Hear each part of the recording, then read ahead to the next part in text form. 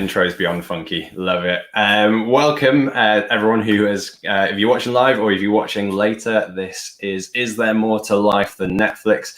We're a pair of friendly vicars, myself and my friend Andy here, talk about meaning of life, faith. We ask the questions that people who are curious or skeptical about Christianity have, because that's something that we love to do. So if you are curious or skeptical about Christianity, we are here for you. And we are going to be asking you to put your questions and your comments into the comment section below, wherever you're watching this from. And tonight, we are not just streaming live to Liverpool on the Storyhouse Facebook and YouTube, but we're also streaming to Mackworth. Andy, you are now officially landed in Mackworth, and you've got your books opened and on the shelf and everything. How's it going over there? Yeah, we're getting there. It's been a bit of a mental week. So last week, anybody who was on here, you'll have seen that there were loads of boxes behind me, and this last week we've been trying to get unpacked and just trying to get used to being here and trying to turn a house into a home. So it's been a bit chaotic, but we're getting there. Oh, well done, sir. I'm impressed. Like, just getting stuff out of boxes is like, yeah. I mean, there's definitely a couple of rooms that are kind of more boxes than room, but we're on our way. Okay, so that's room view. Let's zoom in. Let's get intimate and personal. Oh wow. There we go. I know, right? So how is it going in Mackworth? How long? It's been, what, 2 weeks now? 1 week? So it's a week since we moved in, and it's been good. I mean, we had our first live service on Sunday, which we did via kind of the program we're using at the moment, which was just amazing, really. Although quite hard doing it with children, your kind of kids with you, so they were alongside us on the sofa. But I think people appreciated something about authentic community, and it was just great because you've got other people involved from church as well. So. And we broadcast that into one of the local Facebook groups. So that was really encouraging and just giving people a taste, hopefully, of what's to come. Because we're not opening physically yet, but we hope to. I reckon it'll be September, but we'll see how we go. Mega. Yeah, if you are watching in Mackworth or just generally, it's well worth watching Sunday back again just for Andy and Rachel's adorable kids getting up to antics, getting themselves involved. Yeah, my Caleb, our son, was just completely freaked out because when he put up his left hand, his right hand would come up on the screen, and he kept, putting one arm out, and then it's like, but it's so weird. And when they were like, yeah, but we can't do that for a whole service. It's quite adorable for a moment or two, and like, yeah, we need to go somewhere with it. But he will be back this week, and hopefully I might have to give him a trial run again so he doesn't find it quite so weird. Oh, bless him. That's amazing. Cool. So, as always, we're here to talk about another one of those questions that matters to people who are curious or skeptical about Christianity and about faith. And this one came up from a chat I had with a friend who's kind of new to the whole Christian thing. And I was asking him, like, what were the most important things for you to talk about, and like intellectual and emotional obstacles to get over as you made your kind of journey towards becoming a Christian? And he said one of the big ones for him was finding out all about faith and what that meant, and how you could use your brain, but you didn't have to have all the answers and all that kind of thing. So we thought we'd talk about, can you have faith and still have a brain? Can you have faith and still have a brain? And again, like most weeks, we'd like to say yes.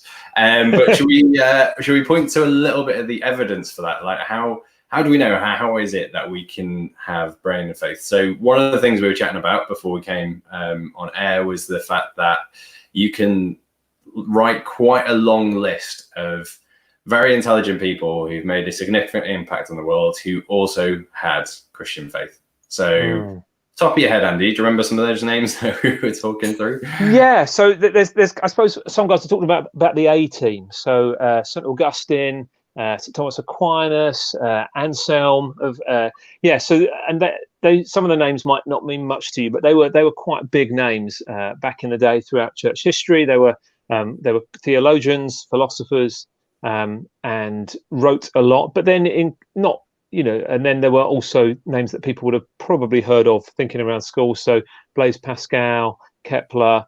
And moving into the modern day, more than that. So throughout history, there have been people far more intelligent than me, and I imagine more intelligent than you, Dave, but I wouldn't want to speak for you, that were followers of Jesus. And often we don't think about that. So we hear about them in our kind of, maybe when you were in school, you heard about some of the scientists in science lessons, or kind of you heard about laws that were named after them, but the fact they had Christian faith didn't make it in. And so, I think it's really worth noting church, well, history and church history to look at some of the guys that are represented. Yeah, and not just in the past, but also if you look into the present day. So you and I went to Vicar Factory in Cambridge, and one of the institutions that's in Cambridge, and we went spent a few days with them, is the Faraday Institute. That's right, isn't it? It's Faraday. It's like, it is, yeah. It is, like, yeah. Famous scientist. Which one was it? That was Faraday. Great. Inventor of the gauge. So that is a whole institution that's devoted towards people who are scientists and theologians. So they are dually skilled, and we're not just talking about people who are interested. These are PhDs writing papers, active scientists, and they write about how you can combine the two and learn from both of them. And also our friend Joss, who we trained with, and he was he talked about some of the science that he did, and it was way above my head. Something to do with genetic research and drugs and things. I was like, wow. Yeah, he said to me the other day, he did actually say he'd be, to drop him a line about something. So maybe we could get him on in a few weeks' time and talk specifically on the science question, because I think he would. I think I need to take a step back, and we could just listen to him for an hour, really. Yeah, that'd be amazing. We could do like that kind of line of translation where you explain what Joss is saying and I'll explain what you're saying. Yeah, we probably. Well, and I think, I don't know if you found this, but when we moved to Cambridge, and I often say to people, we studied there, but I studied via the back door. I kind of got in because I was doing theology, not because I was particularly intelligent or gifted, but there were people there who blew my mind in terms of intelligence, who were followers of Jesus. I mean, obviously you're surrounded by people who aren't followers of Jesus and are highly intelligent, but there were people who are highly intelligent and studying at that level who were, and there were some guys particularly that stood out. I think one guy in our year got a prize for something in the divinity faculty for doing stuff, and just well above my level, well above my pay grade, so it did. It didn't seem that intelligence or having a brain, to use the title we've done, was the factor that made somebody follow Jesus or not. But they seem to be almost incidental. Yeah, no, completely. And I know they've, again, if I was prepared, I would have actually looked this up. But I know they've been tracking kind of over time the number of people who both believe in a personal God and are practicing scientists. And from the last I read from this, because they've been doing it for about 100 years or something, that the percentage of practicing scientists who believe in a personal God has stayed basically the same, and that the only shift has been in the number of agnostics towards atheism. But basically, like there's no real shift, and so it makes you wonder whether this is kind of a false distinction, false kind of category. And I say that because there is this kind of instinct that wherever it's come from, that if you have faith, you have somehow switched off part of your brain, or switched off your brain for part of the time, at least, or you are willfully ignorant or stupid or whatever that is. And it'd be interesting, like where did that come from? When did we decide that faith is this realm of that has nothing to do with the intellect, or is actually anti-intellectual? And then you've got the intellectual realm where people actually think about things. Because again, you go back into history, and most of the historical books we have in the West, at least, are because of people of faith. They were written motivated by that. And again, from our time at the Faraday Institute, they went into a bit of the history of it, and actually how modern science in the West came out of people's faith. Because if you've got a God who's ordered the world, then that means the world is ordered and can be measured. And that's where your scientific method comes from, so, reproducible, measurable, because you've got and if you believe in a chaotic world where there is no order, which is what they believed prior to monotheism, then you can't do science. And so it actually sprung from this. So, I mean, I don't know historically, so let's just talk street level. Andy, where do you think this thing comes from that's like kind of puts intellect against faith as two separate things? Yeah, I mean, I guess over the last, I mean, again, my history is limited, but I suppose the last few hundred years, since this thing called the Enlightenment, people began to base kind of beliefs about the world very much on their own reasoning abilities, and the kind of human reason became very, very important. And then people, and so I think that began to impact, and there began to be a separation of yeah, in terms of people thinking whether of faith and things. So to be a person of faith back in the day would have been the default. So now when we grow up, most people are not Christians in this country by a long shot. Or at least not practicing Christians. A lot of people would still tick on a form that they were Christian, but it wouldn't impact them on a day-to-day level, I think. Whereas back, we've gone back 400, 500 years, that would just have been the default. And so I think it's interesting that has changed, over these years. Yeah, and just before we carry on that conversation, we've got your favourite atheist with us tonight, Lawrence. He's very excited about what we're talking about. Great subject. If I can adopt him as one of my favourite atheists as well, that'd be lovely. Because he's watched you for the last 2 weeks. yeah. Well, he interacts. He says things, which is great. We love that. And just a little reminder on that. It does really help us, and it makes it way more interesting when you do add your own thoughts and comments below, and your own questions that you want to put to us, because we can bounce off that, and it's just not us two, which would be lovely.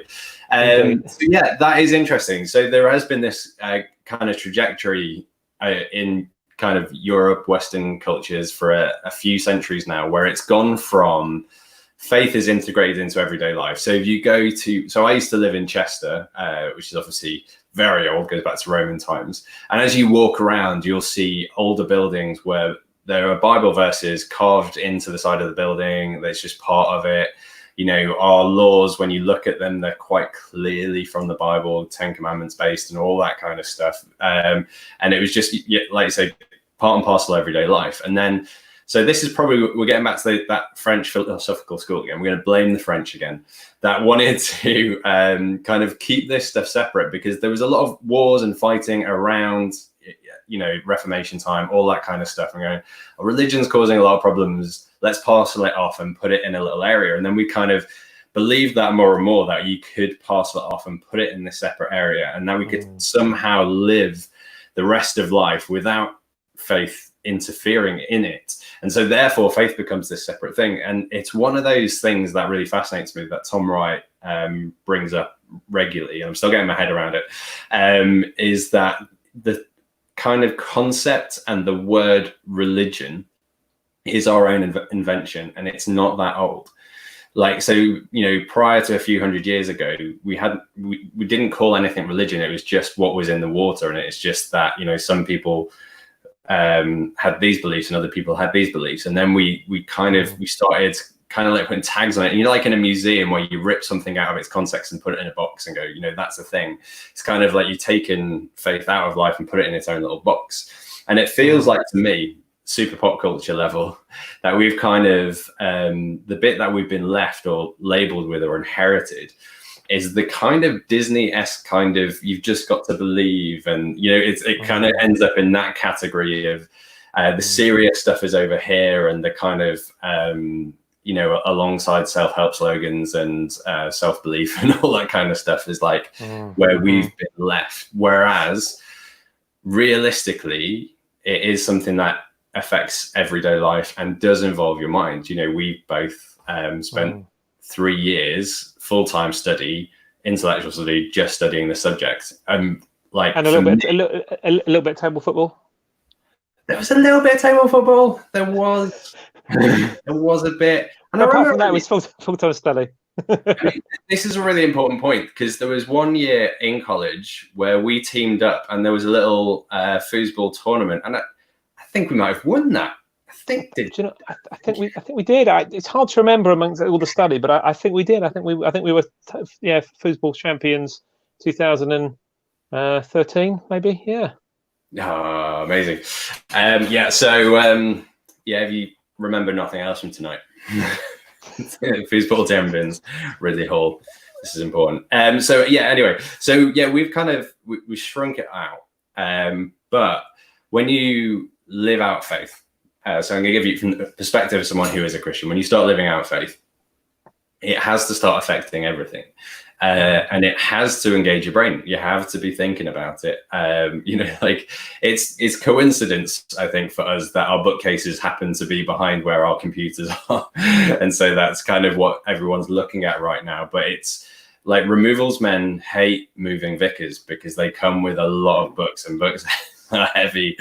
And so it is part of the territory. Like we are kind of thinkers. So if faith isn't separate from thinking, then what is it? Like, what is it that we're actually talking about? Yeah, I mean, I think I'd just like to pick something up on that. I think one of the things that often happens is Christians resort to mystery, or we talk about emotion, we talk about love, we talk about kind of things that don't seem very rational. And I think there are reasons we can talk about a little bit later for that. But if you look throughout history, and just this past week, I've been on a conference, so my brain's a little bit fried because I've been on Zoom. In fact, I've been on 2 Zoom conferences, so I'm a little bit fried. But one of the things we've been looking at is this guy been doing some lectures on the kind of the doctrine of God, who God is, and His nature, and all that sort of stuff. And we've been looking back at what people have written, and it's just mind blowing. And a lot of this stuff is laid out kind of very logically, very rationally. But I think a lot of people, the Bible talks about loving God with our heart, our soul, our mind, our strength, and often in a lot of traditions, from the outside, it looks like we've left out the mind bit, because we just, you go to church and you sing some songs and they sound quite lovely, and we talk about love, we talk about community, and we talk about, those kind of things. And it doesn't feel very rational.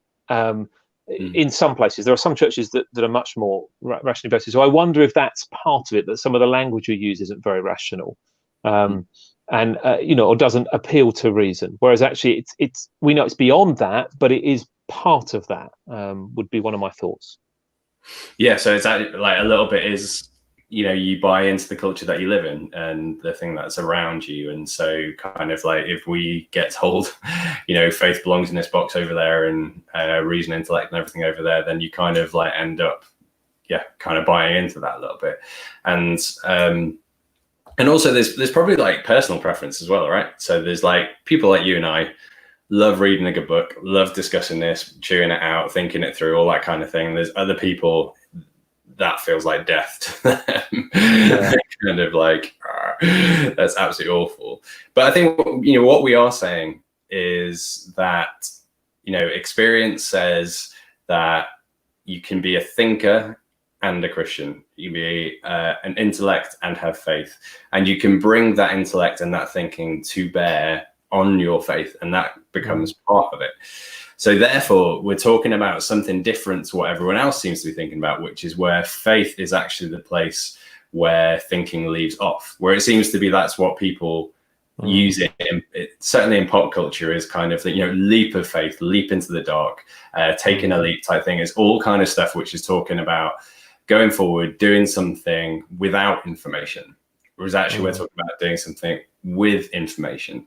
And I think like one of the biggest moves I see in people is when we do something like Alpha, like we've talked about many times, where you can discuss Christianity, ask the questions, or just doing that informally, just with people as they like have questions on Christians but want to talk about stuff, is they're actually quite surprised that there's thinking behind these questions. That there is thought behind, like, and there's books written about them, and they aren't the first person to ask that question. And my friend I was talking to last night about all of this, like for him, that was massive, that he could kind of work through some of the objections he had, some of the issues that he had. But at the same time, the next most important issue, which should be a good thing to talk about next, was he got to the point where he's like, I don't have to have all of the answers.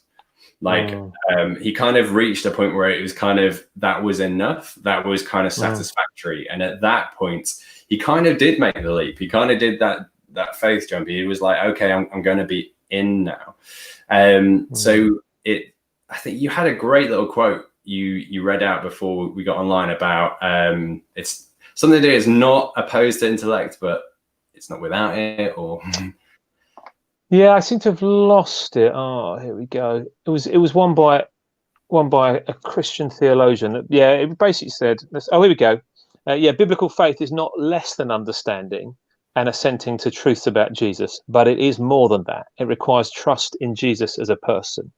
So biblical faith is not less than understanding and assenting to truths about Jesus, but it is more than that. It requires trust in Jesus as a person. Nice. I love that, because it's the, we're getting into the nuance territory, we're getting into the both, and it's kind of like, it's not less than dealing with these questions, asking these questions, finding answers, but it is more than that. So it is more than just relying on my own ability to understand this, my satisfaction in having all of the answers. And I remember actually having this kind of conversation with people who are exploring faith recently. And the experienced Christians in the room, as we were talking this through, were saying, do you know what, like, as you find the answers to questions, it tends to open up 3 more questions and kind of like more stuff that you kind of want to say. Oh, Emma loves that quote. Who was that quote from, Andy? I think it was D.A. Carson. I don't even know what it was from. Oh no, it was Evangelism in a Skeptical World by Sam Chan. Yeah, by a guy called Sam Chan. Sam Chan. Yeah, I'm a bit sneaky actually. That's one of the reasons. One of the only reasons I love ebooks is you can copy and paste and whack them into Evernote. You know, so a lot of people don't like them because they don't smell good and all that sort of stuff. But they're cheaper and you can copy and paste them into Evernote. So I know that doesn't satisfy the purists, but an ebook is useful in that way. Yeah, I don't like paying full price for an ebook though. That hurts. No, that is awful. Yeah, but it's the same price as the paperback. You're like, somebody's making some money there somewhere. I don't know who. Yeah. Oh my goodness. So yeah, sorry to go back to that last point. Like as you kind of get answers to these questions, then it feels really similar to that same exploratory nature of science. Of kind of like, I've answered the question, but now I've got 5 more. It kind of like it invites more and more, and I think that's a little bit of what Christian writers are talking about when they talk about mystery. Like, it's not like, oh, it's a mystery, we don't know. It's actually, I've heard it once described as like it's an ocean to swim in. It's this kind of like opening out, and the world is bigger than you thought it was. And certainly when I've preached on faith in the past, one of the analogies I use is it's kind of like a new pair of glasses.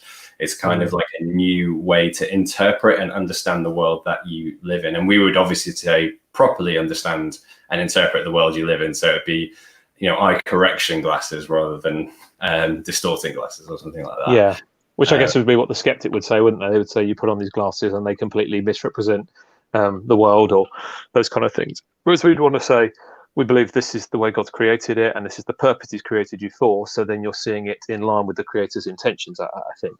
Yes. Yeah. So what about this bit where, is there a bit where intellect leaves off and faith kicks in, or is it intellect integrated into faith? What do you think? What's the relationship?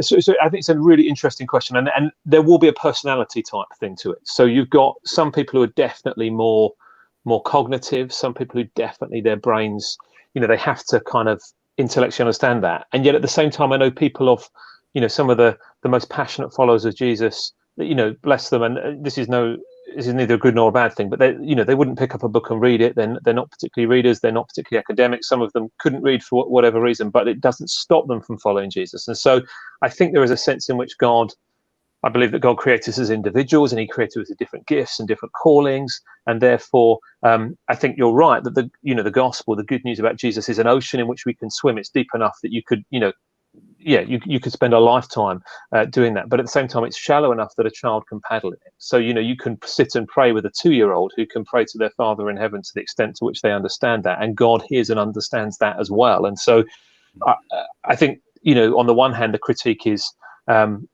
do you have to leave your brain at the door? But the other critique at the other end is, do I have to suddenly become a middle-class white man with a room full of shelves and go and study at a red brick university to become a Christian? Well, no, you don't. And that's the other critique at the other end. And sometimes, particularly the Church of England, is too white, male, middle-class representative. And there's been all sorts of discussions about that. And so I think depending which way you go, some people think we're too intellectual, and other people will say, well, you're stupid. And you're kind of defending it from both angles, I think. Yeah, completely. To stick on the thinking bit, Lawrence has got a really good question. Do you think if a thinker wasn't brought up in Christianity or another religion, they would still be a believer in later life? Well, I guess it depends who you're talking about. So somebody like C.S. Lewis would be a classic example of somebody who, somebody that Christians often go to in sermons, but it's because he's quite well known and was a great writer and was a classicist at Oxford. And,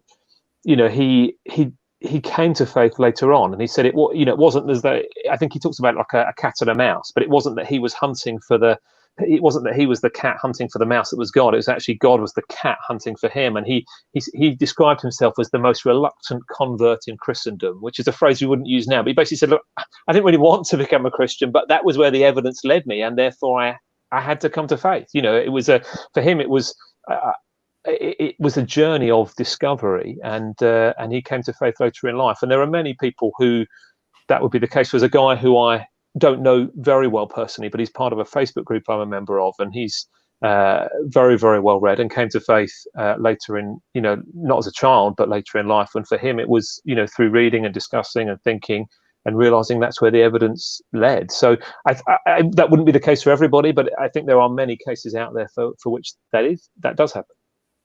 Yeah, no, absolutely. One of my favorite parts of the story of C.S. Lewis and how he became a Christian was that he was debating the Christians in a debate club about the existence of God, and they were doing such a terrible job that he joined their team to try and push them along a bit. Oh, really? And he ended up half convincing himself of the things he started debating. When he started debating from the other side, he was like, wait a second, there's something in this. And actually, when he kind of seriously considered it from the other side, he was like, oh my goodness, maybe there is something in this. And again, that brings it into a whole different territory where it's not just like this is personal preference and something that's separate from the rest of life. This is actually when you fully engage all your facilities, when you really think about this through. And there's been few intellectuals as clever as Lewis in certainly in recent British history. Even someone like him engages with it, and you're like, there is something in this. And it's when actually you pay attention, when you look at the details, you actually think about it and go, there is something more to this. And again, we get to this interesting place though, where you'll get two intellectuals, for example, Francis Collins worked on the Genome Project. So, him, and he would no doubt have colleagues also working on the Genome Project who would be avowed atheists. So you got two people, same knowledge, same kind of intellect, similar cultural backgrounds. One ends up believing and trusting in God and it changing their life. The other absolutely believes that there can't be a God and it's ridiculous and all of that kind of thing. So, what's the rest of the picture then? What's going on if this is not a purely intellectual exercise? What else is coming in that two people, similar backgrounds and abilities, come to diverse opinions on this? Yeah, well, I mean, I love the fact you bring up Francis Collins, who I think is a very interesting guy. Did you see there was a little thing on YouTube of him and the famous theologian Tom Wright the other day singing a song on their guitars about evolution, which is quite amusing. Did you catch that?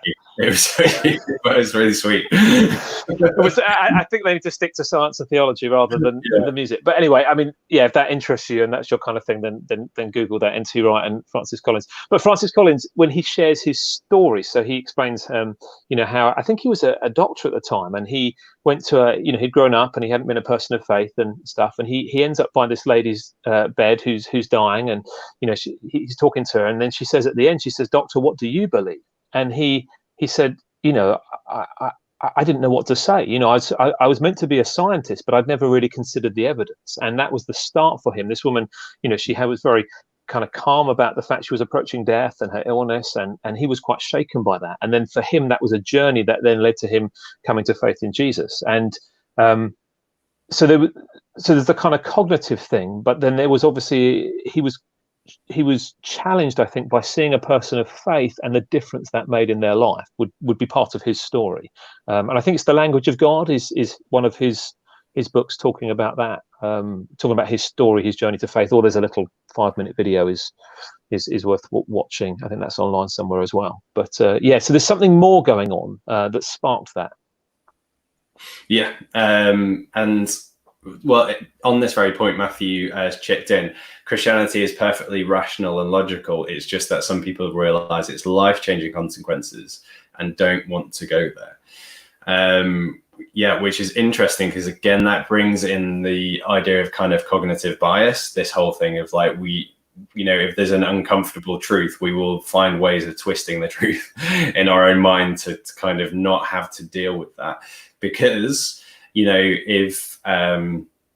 if there is a God, you want to get more specific than that, if Jesus is who he said he was, and there's something unique about him and what he did, and then that has enormous implications for your life. And so it is easier to find the evidence against that and kind of piece that together, rather than have to deal with the kind of truth. And that can certainly be like one of the things that comes your way. And in the interest of fairness and balance, the atheist could say, well, the Christians are just doing that as well. You don't want to face up to, there's not a God or whatever. And so, you would avoid thinking about that as well.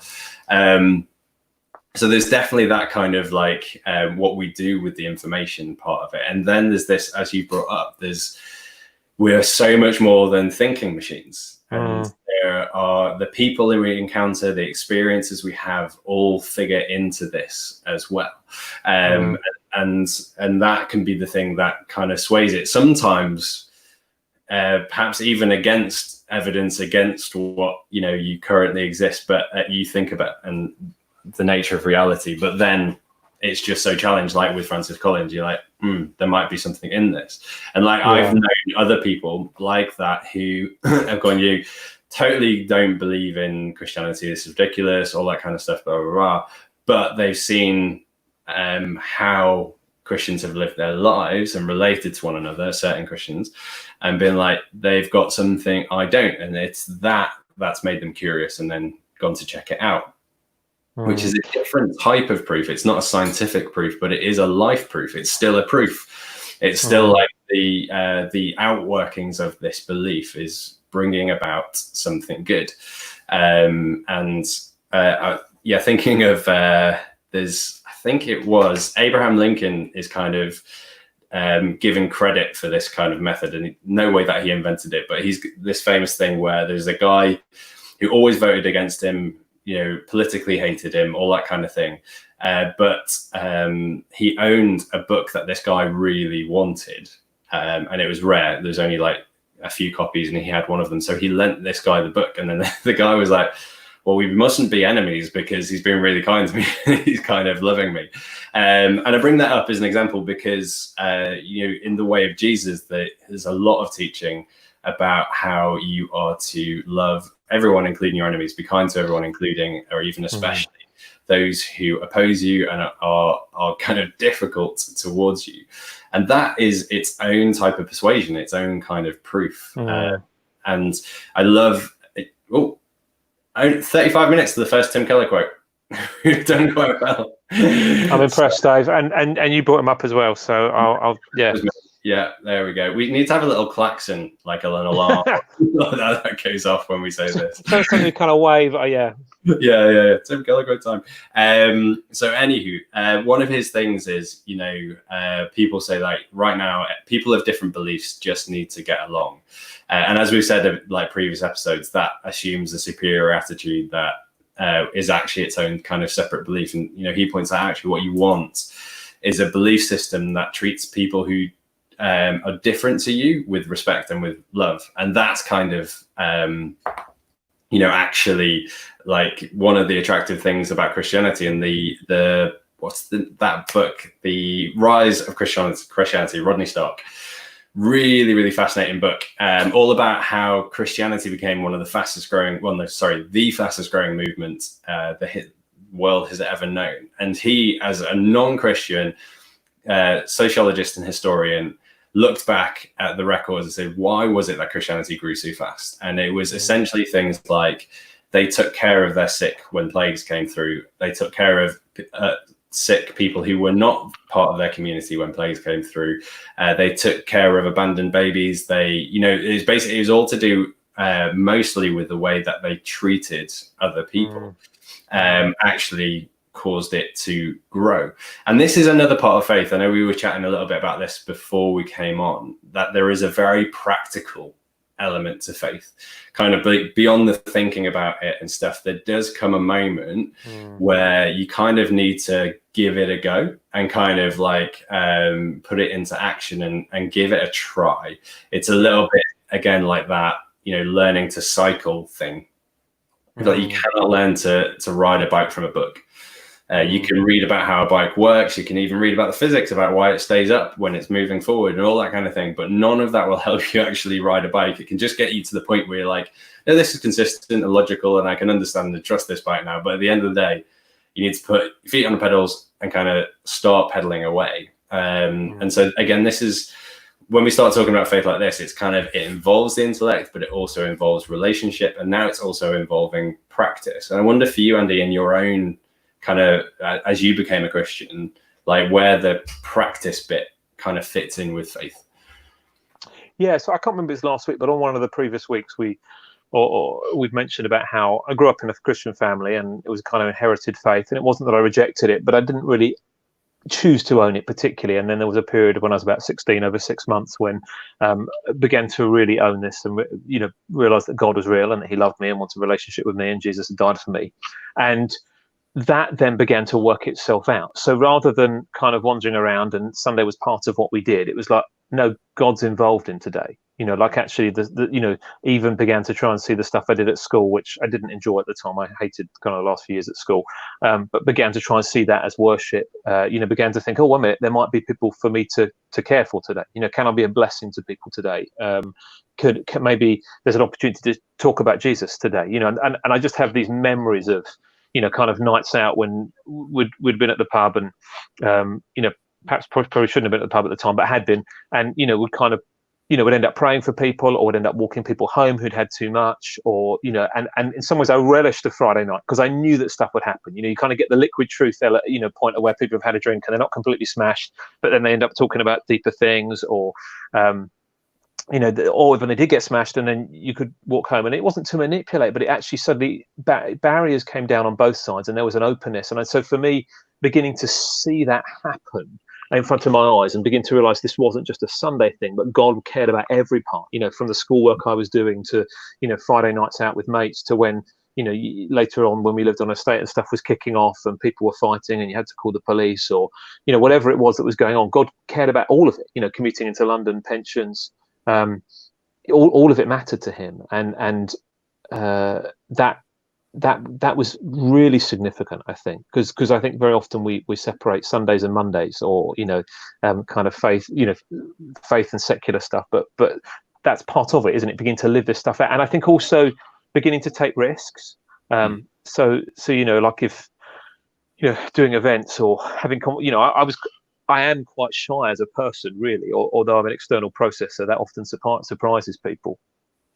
But beginning to take steps out and talk with people that you'd feel uncomfortable with, or those kind of things, and then God would come through, and something amazing would come out of it. And doing bizarre things. Really, I remember, kneeling on one of the corners in my town centre, 11 o'clock at night after an evening out, not because I had too much to drink, because I didn't drink and don't really drink, but, just praying for the town, praying that God would bless people there, praying that, and people would have probably thought I was mad, and I probably looked a bit mad, but actually it was beginning to take steps of faith. And I probably wouldn't do some of the stuff now that I did there, but, beginning to take steps of faith and seeing it as a lived out thing and not just a theory. That was massive. That whole thing of when the rubber hits the road, and actually if God's not there, then everything's going to fall flat.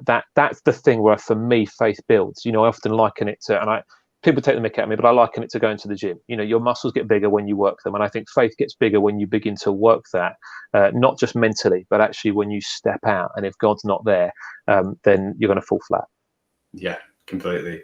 And I think that there's an element as well of it starts to make sense when you work it out. It's a bit like, to get back to the bike analogy, like to me, it makes no sense that a bicycle stays upright. But like, when you start riding a bike, you're like, do you know what? It does stay upright. It's kind of like, and comment of Matthew's actually works really well into this, which is, an atheist might argue that Christians believe in God because they don't want to accept that everything is actually meaningless. But that argument only works if persecution is cushy. So in other words, there are Christians around the world, historically and today, who cannot earn a living and are in prison, suffer under torture or the risk of torture or even death because they are Christians. And, if they were, simply using Christianity as an intellectual kind of crutch to make themselves feel comfy about dying or whatever, then they would recant that straight away. And actually, again, that's the experience. The first few hundred years of Christianity, it was illegal, it was outlawed for most of that time, and it grew exponentially. It's one of those counterintuitive things that Christianity does really well under pressure. And my own story is quite similar to yours, Andy, in that I was, brought up in a church. I was, lucky enough to have that, but it never really came to life until one summer someone from the church invited me to come to Chester and spend 2 weeks living in a church, literally sleeping in a church building, going out onto the streets during the day and telling tourists from around the world about Jesus. And it was actually again, as I was someone who's really shy as well, and like approaching total strangers who didn't even have English as their first language and starting a conversation about the most uncomfortable thing in the world, like, religion and politics, was like terrifying. And we do like these open air things, performances essentially, to draw crowds and stuff. So it was just like 2 weeks of terror, but like that's when it came alive to me. That's when it was like, oh, this is real. That's when, I was encountering people from countries where Christianity was illegal and telling them about Jesus. And it was like, this makes sense now. Like, this is what this is actually about. And it wasn't until, A, it was put into action, but B, it was uncomfortable that it kind of started to become real and started to be like, oh, this is what it's about. And I think, you do see some people, I think they've got a term for it on Alpha, the alcoholics, who are just kind of like eternal inquirers, and they never do the practical step. They never do should we try this out? Should we give this a go? And then that's the moment where it's like, oh, there we go. And something happens there. So we've covered a lot of ground. We've covered like the intellectual, relational, the practical. I guess like the emotional is inevitably bound up in that as well. We've talked a bit about that in kind of previous weeks as well. Like, this involves our affections and the things that we love. But there's also this element of, so I bring it up just because this is one of, like, there's certain little nuggets and facts that get into my brain and I won't leave it, and I know they're important. I'm not. Can you remember it though? On a few weeks I've had it where, like, I know there's something in there, and I'm trying to search around for the right thing, and I can never remember it at the right moment. Oh, I should have said that, like, but there we go. Yeah, I know what you mean. But these ones are the ones that get stuck in because I know they're really important, but I don't know why they're important yet. Do you know those ones where it's just this one's really gonna kind of count? And this little nugget was the fact that when they were translating the Bible from Latin into English, so at one point it was illegal to have an English Bible. That's a whole other point of history, very significant point in our history actually. But anyway, there was these people who were illegally translating the Bible into English, and they nearly translated the word that we have as faith as faithfulness. Like, it's that close. So when we read about faith in the Bible, it's almost faithfulness, which again opens up this whole other territory that's to do with kind of like loyalty and who you belong to, and all that. That's a whole other kind of realm. Well, when we first opened up this discussion, we were talking about the intellect, because that's normally where we go with this kind of faith opposed to reason and stuff. And hopefully we talked enough about how those two aren't opposed and actually quite related to one another. But there's this other realm, which is to do with like who you belong to, and also these issues of trust and, the kind of like long obedience stuff. So, interestingly, one of the phrases that Christians have picked up on about, how to explain what Christianity is about is like this idea of it's a long obedience in the same direction, which is ironic because it was Nietzsche who is the famous atheist philosopher who first coined that phrase, but ended up perfectly describing a lot of the Christian life accidentally in it as well, which is it's this long obedience in the same directions, faithfulness actually. Which again goes quite against our culture, which is all about do what suits you in the moment and feels good in the moment. So the last two things that we've talked about very much go against that. It doesn't feel good, and it's not about what suits you, but what is the greater truth and what is kind of true. Don't know if you can spin off that, Andy. Have you got any thoughts about that, about faith and faithfulness and loyalty? Yeah, I mean, I suppose the first thing is our faith is rooted in the faithfulness of God. So we talk. We've mentioned a number of times about what God has done for us, and then our doing is a response to that. So we would say, God loves us. He created us for a relationship with him. Jesus came to die for us in our place that we could be reconciled, be restored back into relationship with him. And that's the starting place. And then the living it out is in response to that, because we've been reconciled to God, and we know that we're loved, and therefore we want to love him in return. And so that's where that comes. So our faithfulness is a response to his total faithfulness. I mean, God is always faithful. He never changes. He always has been faithful. He always will be faithful. And I think so. Our faithfulness is faltering. I don't know what your long obedience in the same direction looks like. My long obedience in the same direction is a long obedience in a small direction, and then I take a step off the path, and then I come back on again, and then I'll step off the path again and wander this way a little bit, and then come back on again. And generally perhaps trying to go in the same direction, but it's very different to God's faithfulness in that sense. But I think that's important distinction to make. And I think you're right in terms of culturally, we have everything now. I mean, we download things, we order things next day delivery, if you've got the money, and so there's no sense of delayed gratification. There's no sense of having to wait for things. It's immediate, it's instant. And so that sense of sticking with something, I mean, even relationships in many cases sadly are being commodified and are disposable. If something goes wrong, we'll get a new one. I won't commit to this one because something better might come along. Was it FOBO, fear of a better option? Somebody said, Mark Sayers I think said that. And our Christian faithfulness, our Christian faith and faithfulness is so different, because it's like, no, we're going to keep going for this, through good times, through bad times, basically until the day that I die. And I love that when you meet a person who's a follower of Jesus, who's been following, God for decades of their life. And, they might be in their 70s, 80s, 90s. I'm not sure I've met anybody in their hundreds, but, they'll be out there. And, they have decades of saying, actually, God has been faithful to me, and I have tried to be faithful to him. And they can talk about answered prayer. They can talk about the way the church community has supported. They can talk about the places they've served. They may be able to talk about the ways that they've suffered. There's definitely something in that, which I think in our instant youth focused culture is very countercultural.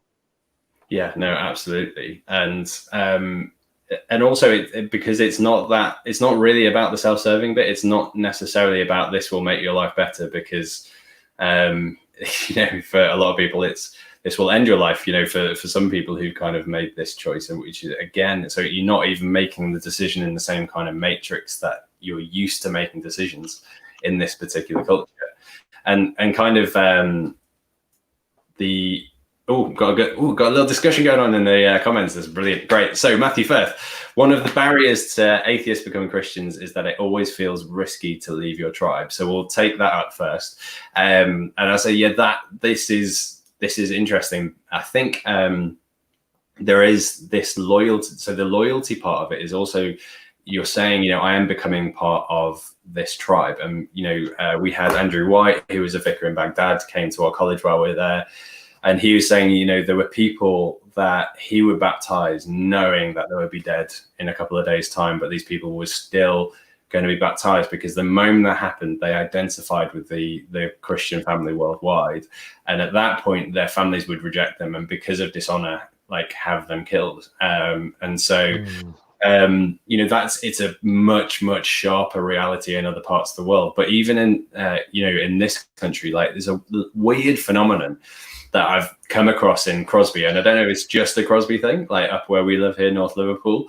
There are a lot of parents where one's an atheist and one's a Christian. It just happens a lot. And I know this because I've spoken to a lot of the kids of those families who are now, in their 20s, and they feel like they've got to choose a tribe. They feel like they've, in a way, I'm going to be picking mom or dad.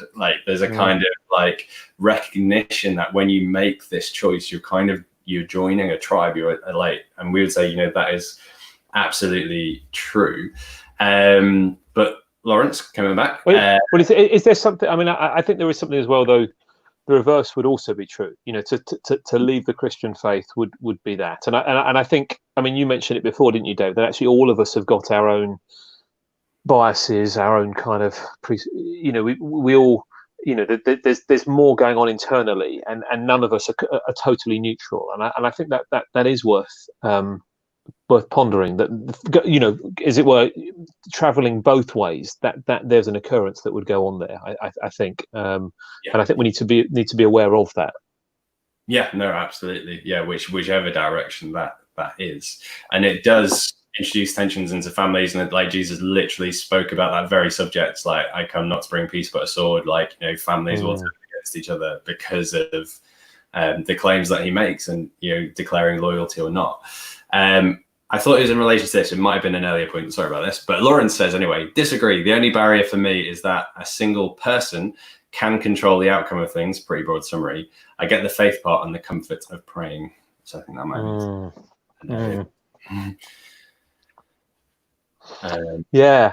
I mean, I think it's really honest, Lawrence, to be honest. And I think a lot of people that are not people of faith would say, well, they kind of they can understand how this thing could be comforting, and how it would be supportive, and maybe the kind of the supportive community and those sorts of things. But actually, that leap to believing in a creator, or particularly the Jesus part, God becoming human and dying on the cross and the resurrection, that's those things often are the stumbling blocks to faith for people, and I guess every week we point people to that, don't we? We say, actually, this hangs or falls on whether the resurrection occurred, and so we would want to encourage people to go there. It is. I think Lawrence is just being really honest, and I think often these conversations, particularly on Twitter, get so polarized. You get the Christian being rather unchristian and not loving their enemies and shouting down the atheist, and the atheist, you kind of believe in sky fairies or, kind of the flying spaghetti monster, and you don't actually get anywhere. But if we can begin to kind of disarm a little bit and say, look, I've got biases too. I'm not completely neutral.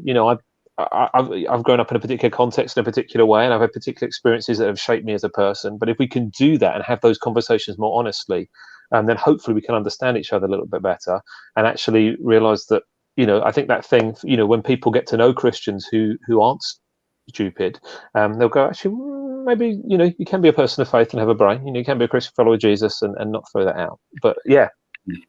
And also recognizing that for a lot of people that, especially if you're an adult and you're, not a Christian, that journey can take a long time.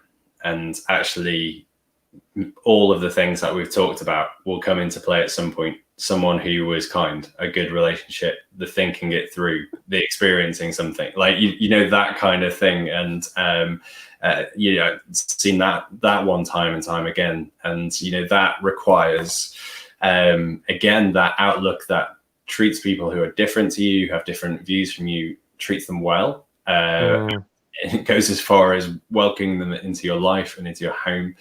And I think I'm often reminded of, and it comes back to me again and again, but that children's story of the sun and the wind, having a competition to try and get somebody to remove their coat and all that sort of stuff, and the wind comes along and just really kind of blows a gale, and and then the person just tightens up, and actually the sun comes along, and the other person's getting hot, and then they take their coat off and hat off and all that sort of stuff. And I think often our conversations are more like blowing gales at people, even from a Christian side that should be loving our enemies. Often we just dump on people our kind of beliefs and all those sorts of things, and therefore people naturally are going to clam up. But actually, if we can have honest and open conversation, I certainly feel less defensive in a conversation when somebody's not attacking me. And I think that can create some very interesting dialogue. And obviously my desire, I'm a vicar, I love Jesus. My desire is that people come to love and know Jesus. I'll be honest with people about that. But even if we don't, my hope is that they will have a better understanding of what it means to be a follower of Jesus. And hopefully we can break down some of the stigmas surrounding that. Some of the kind of the folklore. Oh, you can't be a scientist and be a Christian. Oh, you can't have be clever and be a Christian. Oh, I'm not sure we can do that, but maybe we can point to people that that are. I like to think we can help a little bit. Not maybe not go the whole way, but a little bit. And Lawrence chipped on this as well, saying agree with the polarization bit. In my later years, I'm enjoying being in the middle ground and hearing all points of an argument. And actually, what I really love, what's kind of developed over the last few weeks on Is There More to Life on Netflix. So a couple of different friendly atheists join friendly vicars, and actually have like good discussion and share good comments. And kudos for them for tuning in and actually listening and actually considering our point of view as well. And that's something that's kind of not happening right now in the cultural dialogue. Right now, it's going super tribal. It's going idiots on both sides, and everyone's terrible, all that kind of thing. But again, the way of Jesus, we think is this way of like you treat people who are different to you, even your natural enemies, well. And that's the kind of thing that's actually going to turn things around. So, if nothing else, we've created a little bit of the internet where people are behaving civilly. And I love that. Yeah, well, isn't there? I mean, a great Christian speaker addressed Parliament last year, I think, talking about Christians being salt in society, and you have to allow them to be different. If you stop them from being salty, use that metaphor of salt. Salt kind of keeps things fresh back in the day, and those sorts of things, and it brings flavour. But actually, it means they've got to be different. But actually, there are certain things they have historically brought to our society. Our culture, which would be the love of enemies, the love of neighbour, those kind of things, human dignity, that we would hope would work through. That actually, even if we are small in number, we should be able to be salty in our culture, I would say. Yeah, awesome. Andy, it's nearly been an hour. It's wow. Once again. It has flown. Yeah, it has flown. And I didn't think I was going to do very well because I spent so long on Zoom today. I thought, flipping out, my brain is fried. I know, more time on screens. But final thoughts on this idea of can you have faith and a brain? Yeah, I mean, obviously we answered with a yes, but if people are questioning, I would encourage them to look at the stories of people like Francis Collins, C.S. Lewis. You want to go back, look at St. Augustine. These guys, and I've realised we've named all men, but there are lots of very intelligent women of faith as well. I think as Sharon Dirks wrote recently about the kind of actually, am I more than my brain, and Amy or Ewan, kind of people like that. So women and men of faith, go and have a look at some of their stories and have a think about it. Yeah, absolutely, and kind of similar-ish to what we're trying to achieve as well. Really good podcast. It's on YouTube or all podcast providers. It's Justin Brierley's Unapologetic, where they bring together Christians and non-Christians from various different fields, philosophy, science, etc. And they similarly discuss for like an hour and a half. That's a really good series if you want to go. Unbelievable. Unbelievable. Yes, that was it. Unbelievable. Lindsay, thank you. It's an interesting conversation. Thanks, guys. We aim to be interesting, and also to do your ego some good, Andy. Lawrence says, you understand pensions, GMP, you have to be clever to get that. Wow, I almost got made redundant once, but we won't talk about that. Yeah, maybe I did back in the day. And a request from Emma. Thanks, David and Andy. Could you put up a reading list of some of the stories you mentioned? We will absolutely do that. We will pop that onto our respective Facebook pages. So for Mackworth and for Crosby. Amazing. Access to those. So thank you so much for joining us tonight. It's just always really special to have you all with us. We'll be back again next week. Will we be back again next week, Andy? Yeah, I'm planning to be. I've got nothing else on. You got anything else on? I've got nothing else on. No, it's still basically locked down, aren't we? Grand. So thank you so much for joining us this evening. So we'll be back again next week. If there's anything you would like us to discuss, any kind of burning questions, stuff you'd like to know, especially from our atheists, I'd love to know what some of our kind of atheist guys would like us to discuss. That'd be amazing. Oh yeah, absolutely. That would be really, really great. Yeah. So any of our atheist regulars who've got some questions for us, but any of you, Facebook message Storyhouse on Facebook, message Andy through what's the name of your church, Andy? At St. Francis Mackworth, at STF Mackworth. Yeah. There we go. Message Andy there, and we could be discussing your question next week. All right. Until then, take care.